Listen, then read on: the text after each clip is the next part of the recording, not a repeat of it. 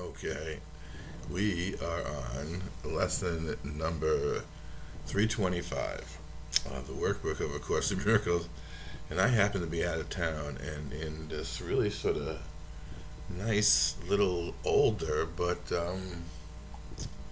whoa. But I said that because there's a picture over my desk. It's a watercolor, and I had to do a double take because it looks exactly like the work my uncle used to do, but it's not signed by him. He was an artist in the Hudson Valley School back in New York.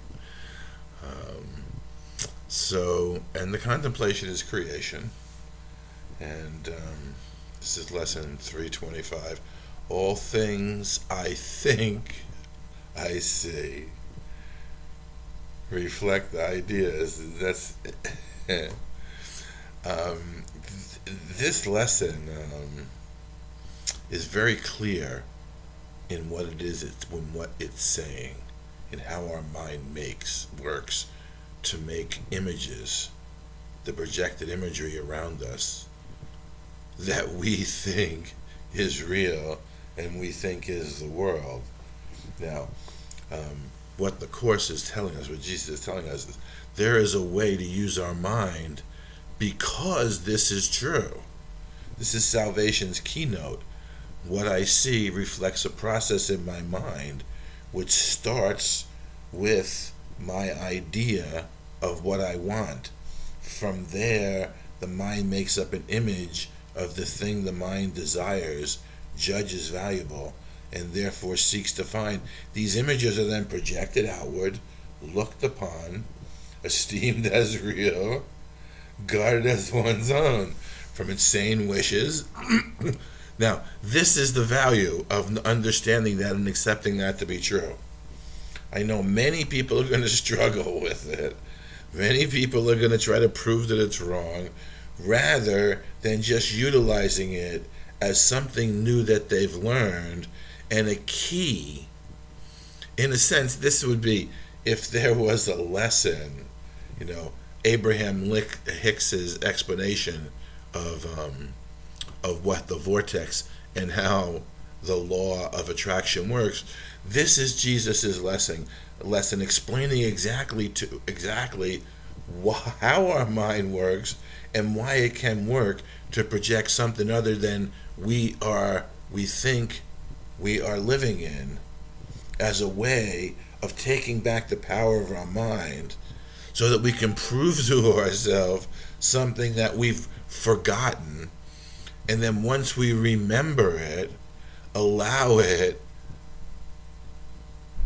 to be the operating principle within our minds and hearts for the purpose of restoring us to the totality of the understanding of what is occurring, why it's occurring, and who we are in creation, so as for us to go and continue creation. From insane wishes comes an insane world. From judgment comes a world condemned. And from forgiving thoughts, a gentle world comes forth, with mercy for the Holy Son of God, to offer him a kindly home, where he can rest a while before he journeys on, and help his brothers walk ahead with him and find the way to heaven and to God. Remember yesterday we were talking about the idea, I would not lead, I will only follow. This is how a son of God who has come into the realization of what's occurring, the recognition that he is dreaming, the understanding of how the dreaming is occurring, the awakening to the understanding that if it is my dream, I am responsible for it, and if I can be responsible for it, I can become responsible for my mind and heart and allow it to converge with my reality and allow a whole nother dream to be projected that can help aid and abet the true sojourn, the true purpose for which we've come. We've come for the salvation of the world. Our Father, your ideas reflect the truth, and mine apart from yours, but make of dreams. Of course, because the idea that you could be separate from your Creator is what the dream stems from, And the reason why it is a dream is because it's not possible, and in the impossibility of it, you're literally working against yourself. And you have yourself, that's why it feels like a prison.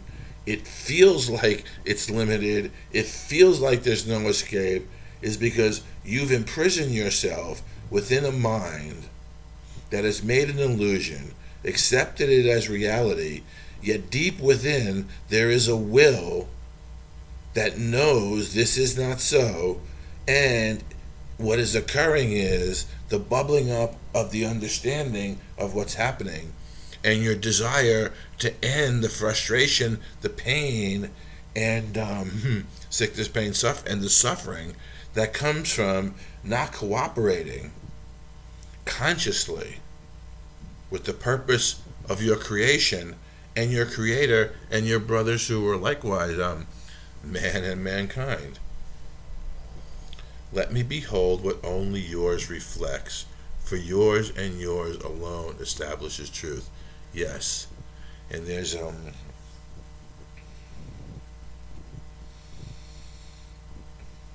section in the course that talks about going into reality, getting the glimpses and bringing them back here, and utilizing the light of those glimpses within our mind in a way in which is true to the process that our mind works by, yet is also true to the light and love we're created to be, in order to begin to reflect truth rather than to reflect our own confusion and being lost within the complexities of an ego illusion, in which all the complexities are made up of the same stuff. Nothing. I had this experience once where the tech crew said to me, they turned me a quarter. It's like you're spiraling. It feels like you're spiraling up in this process.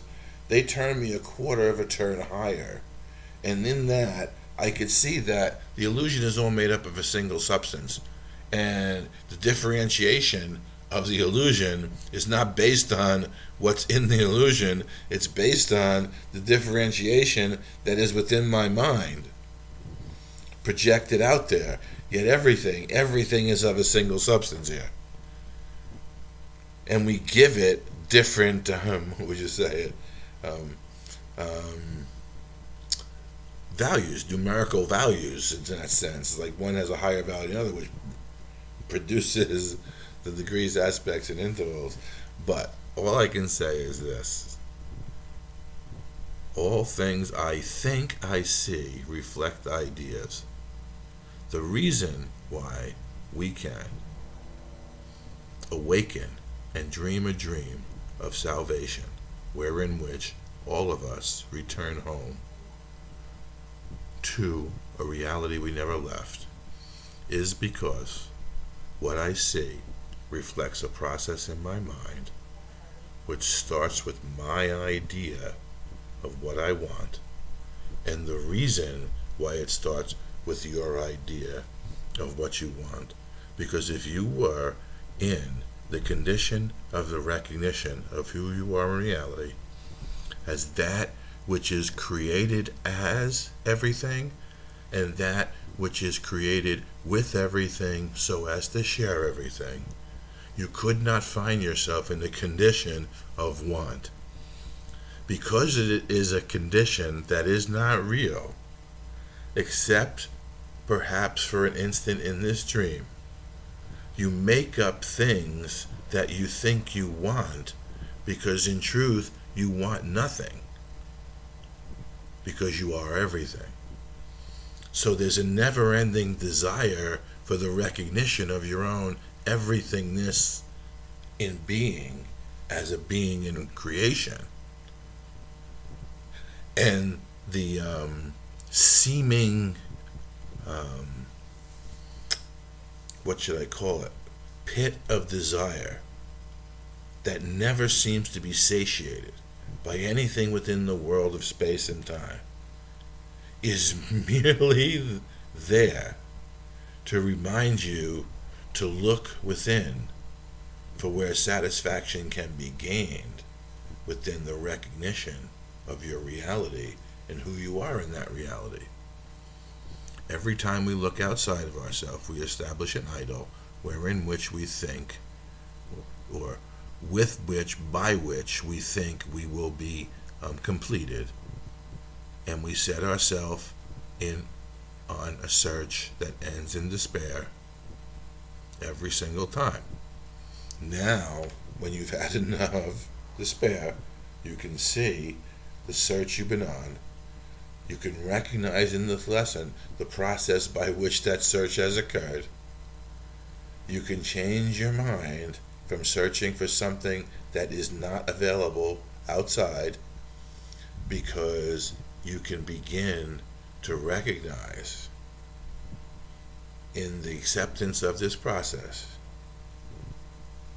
that there is another way for you to go about being here that represents the visions of wholeness that come when we free ourselves from thinking that the world has anything at all to offer and is something other than that which is being projected from a mind that's in a fevered delirium brought about by its inability to find satisfaction, because no satisfaction is available,